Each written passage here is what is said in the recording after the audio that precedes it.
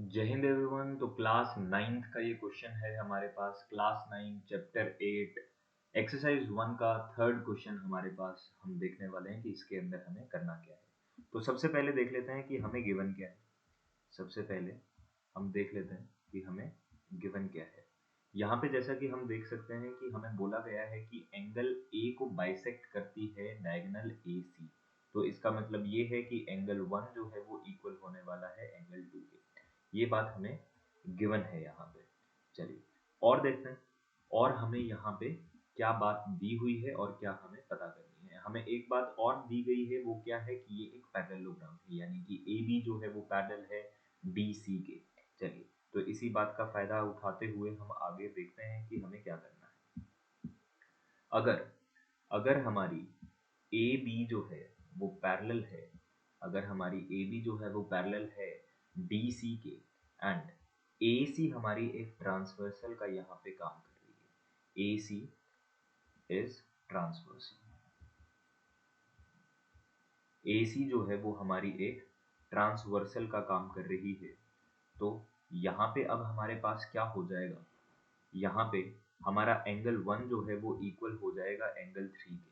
हमारा एंगल जो है वो इक्वल हो जाएगा एंगल 3 के। तो इसको मैंने फर्स्ट इक्वेशन मेरी लिख लिया। और ऐसा होगा क्यों, ऐसा होगा क्यों, ऐसा होगा क्योंकि ये दोनों ऑल्टरनेट इंटीरियर एंगल्स बन जाएंगे। ये दोनों जो है हमारे पास यहाँ पे ऑल्टरनेट इंटीरियर एंगल्स बन जाएंगे। Alternate interior angles. अच्छा, तो इसके बाद और क्या चीज़ हमारे पास यहाँ पे होने वाली है, देखें जरा। तो इसके बाद हमें एक बात और पता है कि बी डी जो है वो पैरेलल है हमारे पास किसके, वो पैरेलल है हमारे पास, सॉरी नहीं बी डी नहीं, बी सी की हम यहाँ पे बात कर रहे हैं। बी सी जो है वो पैरेलल है हमारा ए डी के, और ए सी जो है यहाँ पे एक ट्रांसवर्सल का काम कर रहा है, and A C is transversal. A C is a transversal.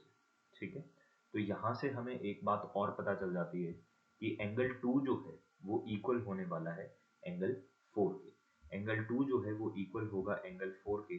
Property जो है वो हमारे पास सेम रहेगी। तो इसको जो है मैं यहाँ पे ब्रैकेट में लिख देता हूँ सेम।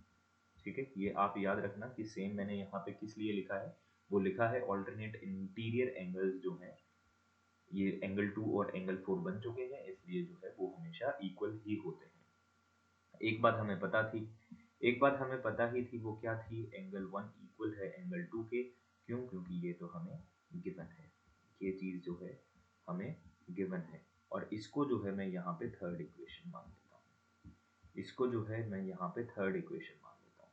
तो यहाँ से मेरे पास क्या हो गया, यहाँ से फ्रॉम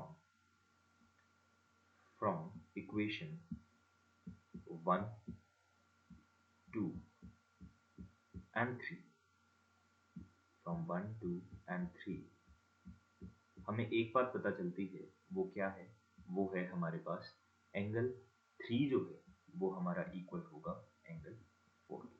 ठीक है, एंगल 3 जो है वो हमारा इक्वल होगा एंगल 4 के। चलिए एक बात तो हमारी प्रूव हो गई, एक बात जो हमें इम्पॉर्टेंट थी, जो हमें प्रूव करना था, वो हमारा प्रूव हो चुका है।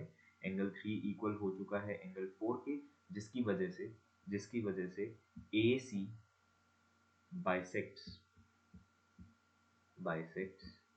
Angle C. ठीक है, तो फर्स्ट पार्ट तो हमारा हो चुका है कंप्लीट, फर्स्ट पार्ट हमारा कंप्लीट हो चुका है। और अब चलते हैं सेकंड पार्ट की तरफ। अब जो है हम सेकंड पार्ट की तरफ चलते हैं, देखते हैं कि इसके अंदर हमें क्या करना है। कोई भी पैरेललोग्राम रोम्बस तब बनता है जब उसकी पैरेललोग्राम की चारों साइड्स हमारी इक्वल हो जाए। अगर किसी भी पैरेललोग्राम की चारों साइड्स इक्वल हो गई तो वो हमारा एक रोम्बस बन जाएगा। चलिए देखते हैं यहाँ पे हमें एक बात पता है कि एंगल 1 जो है वो इक्वल है एंगल 4 के। एंगल 1 जो है वो इक्वल है एंगल 4 के।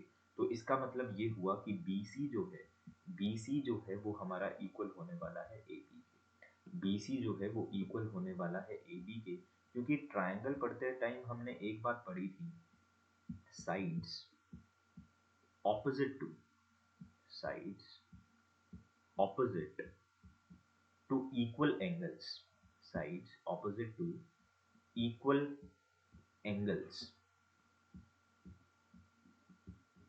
angles are equal। ठीक है, ये बात हमने ट्राइंगल के अंदर पढ़ी थी कि sides opposite to equal angles are equal.